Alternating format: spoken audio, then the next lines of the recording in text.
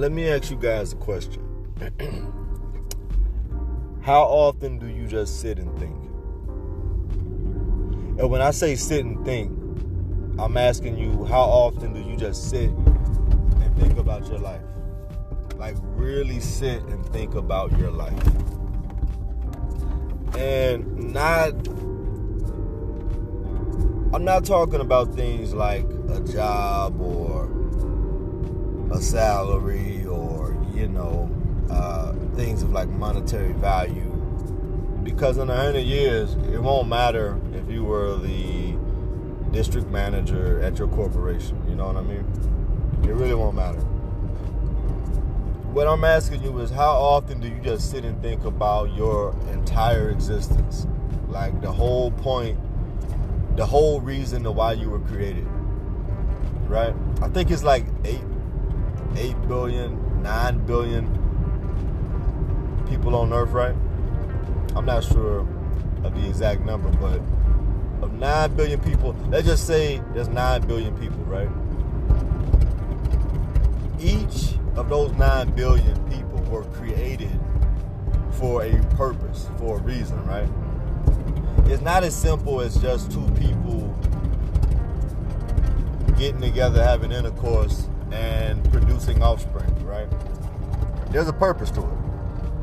And like, when you sit down to think about this thing, how often do you sit down and you alleviate all distractions when you do it? Because when you think about your existence, like your reasoning for being on planet Earth, you have to go to a depth. You have to go to a level to where you literally cannot have any distractions of any sort. In order to be honest and to be, you have to be so honest when you start to look at these things, right? Because when you start to search and dig, you're going to discover a lot about yourself that you have to really just analyze. But when I talk about distractions, right? Why are distractions something that you have to alleviate? You have to look at the purpose of a distraction, right? So I look at things like entertainment, for example, right? People were more excited about the Game of Thrones season 8 finale premiere more than they were about Monday morning. And the reason why is because most Americans hate their 9 to 5, right? So if you have to get up and go to work Monday morning and you're not insanely crazy about your occupation, you look forward for the Game of Thrones or whatever. It doesn't have to be the Game of Thrones. It could be if you're a football fan, right? A sports fan, basketball fan, or you're into like whatever, you know? You could be into anime or you could be into a different show. But I find it crazy. I find it very sad that a lot of people, like, they just truly do not know themselves. They don't know who they are. They don't know why they are the way they are. Like, a lot of people know the characters on the Game of Thrones, or they know the roster of their favorite football team or basketball team. They know that better than they know themselves. Guys can tell you where Steph Curry went to college, how many points a game he averaged at Davidson. Guys can tell you, they can give you the entire plot screenplay of Game of Thrones, man. They can tell you what the writers were thinking when they wrote season 1. But they can't tell you why they have the toxic traits they have. They can't tell you why they live where they live. They can't tell you why they make what they make. They can't tell you why they have the trust issues that they have. And I find it very alarming, but that is by design. That is by, without getting into a kooky conspiracy theories rant,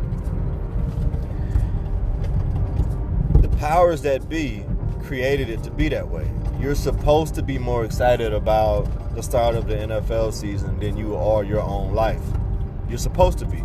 Because entertainment is a vice. It's no different than alcohol or drugs or sex or whatever. Entertainment can be the form of an addiction.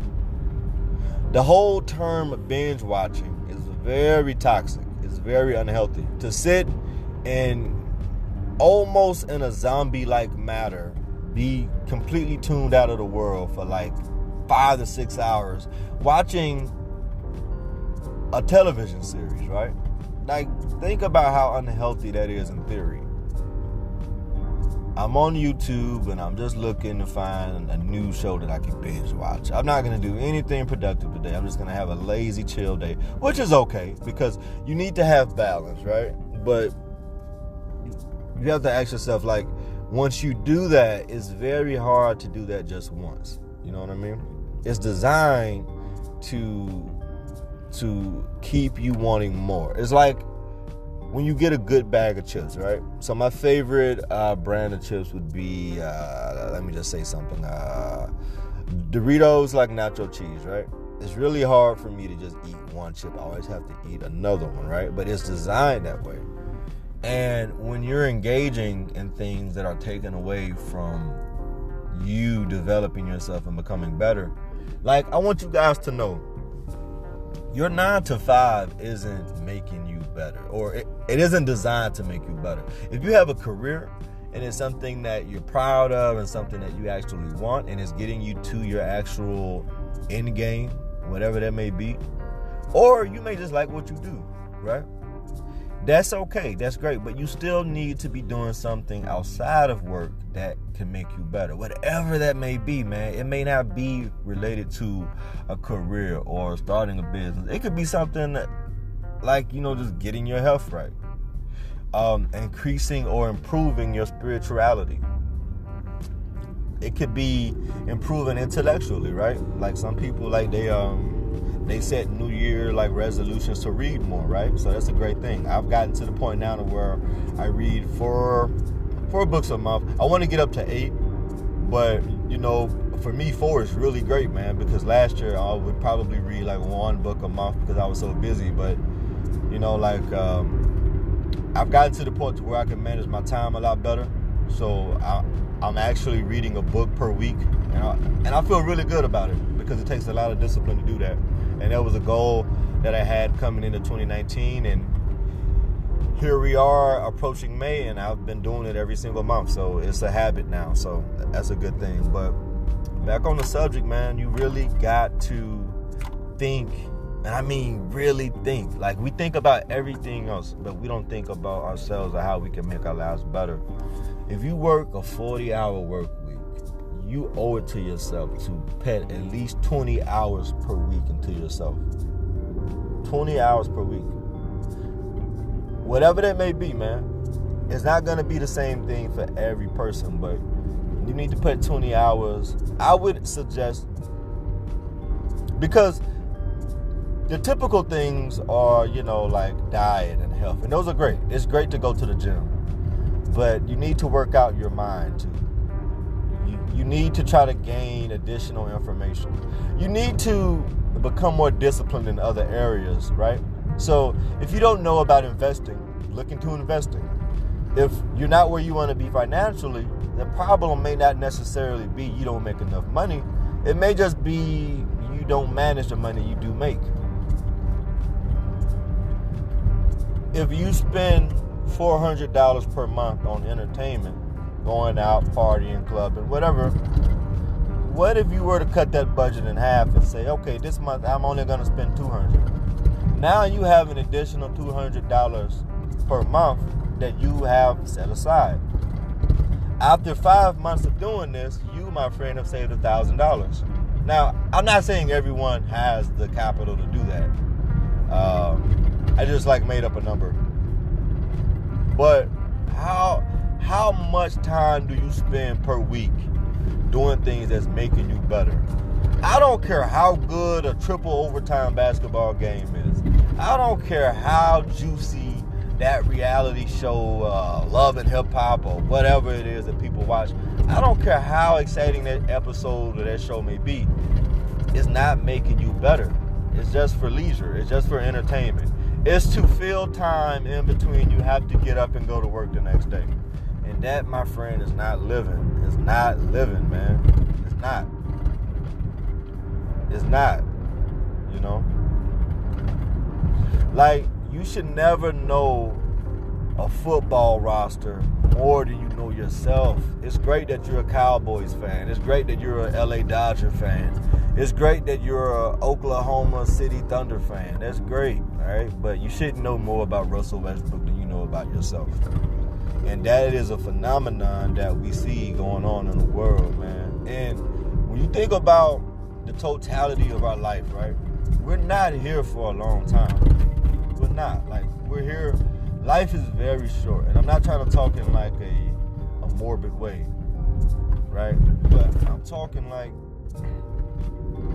look at, if you break life down into subsections, right? From birth to 20, you're figuring life out. You're just getting started. You spend most of that time in school. And you're pretty much not old enough to really make real life decisions, right? You're just figuring it out. That's 20 whole years, right?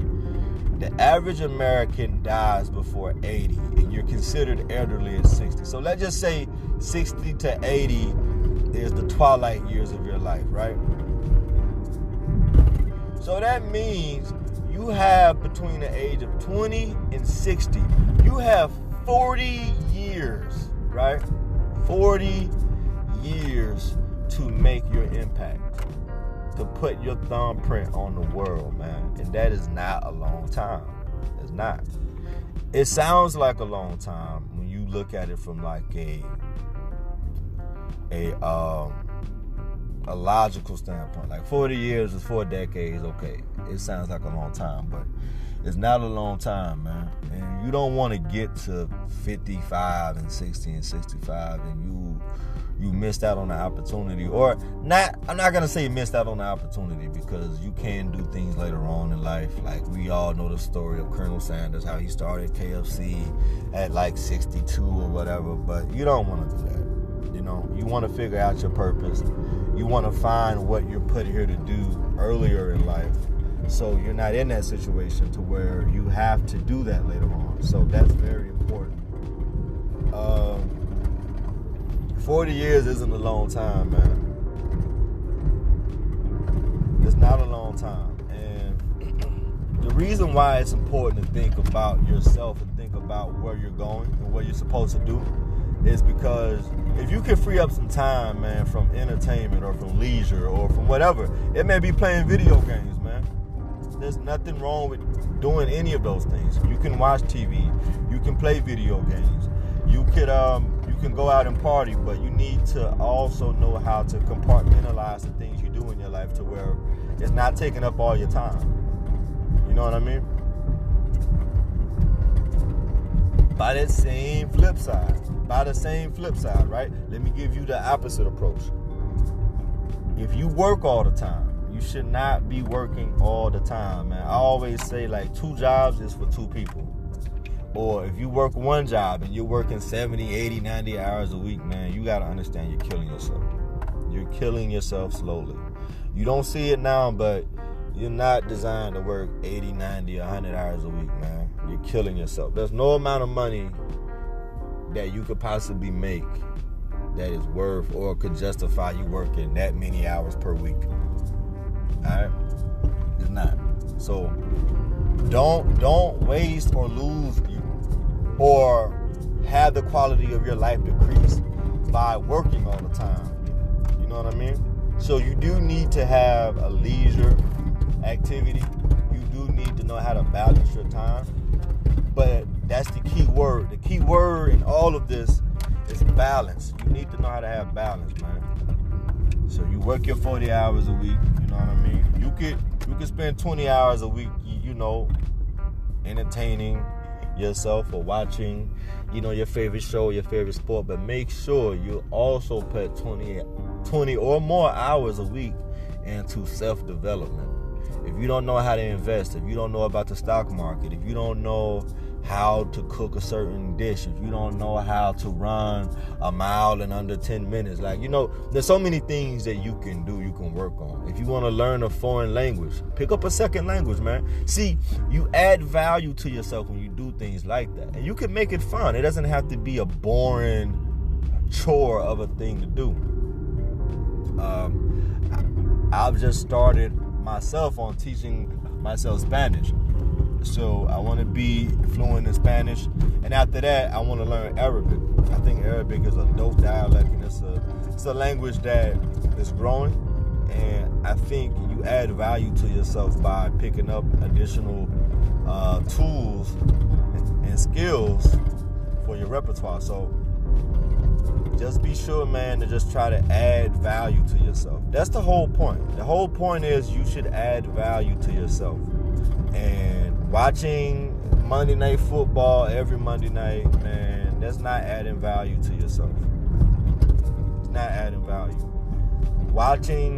Binge watching Game of Thrones because your friend just told you about it and you want to check it out, and you spend 3 weekends just watching Game of Thrones season 1 through 7. That's not improving. It's not bettering yourself. All you're doing is giving ratings to these networks, right? That's all you're doing. You're keeping these shows on air, which isn't a bad thing. You know, they have to work too, and it's great to just find something that you enjoy, but make sure you're putting that same energy plus more into yourself. I believe you should always put more energy into you than you put into other things around you. Like, you got to be selfish with your time. So if I spend 20 hours a week watching basketball or watching football or baseball or whatever, I need to put at least 30 hours or more a week into myself. Minimum. Like, that's the minimum. So anyway, man, I just want y'all to start thinking, man. Just start thinking. Like, you know, if you remember back to when you were a kid, right? And you were zoned out. That world that you would be in when you're zoned out, try to tap into that, man. Because you're still alive, but sometimes you be so tapped out, like you're not even really breathing. Like, you're not even a part of this realm of the world, man. Like, when you snap back into it, you'll start back breathing, right? And if you notice, whenever you would like kind of zone out, there will always be kids trying to like snap you back into it. Hey, snap out of it. You got to know how to tap into that other world, man. Because the world that you live in right now, that is just the world that you're in right now. But there's always something greater. There's always something more. And to get that, to obtain that, you have to know how to like really tap into it. So anyway, man, that's all I got for today. It's CJ. This is the Be a Man podcast. Let me know what you guys think about this episode. Hopefully I invoked some form of thought. Thank you guys so much for listening and supporting. I'm out.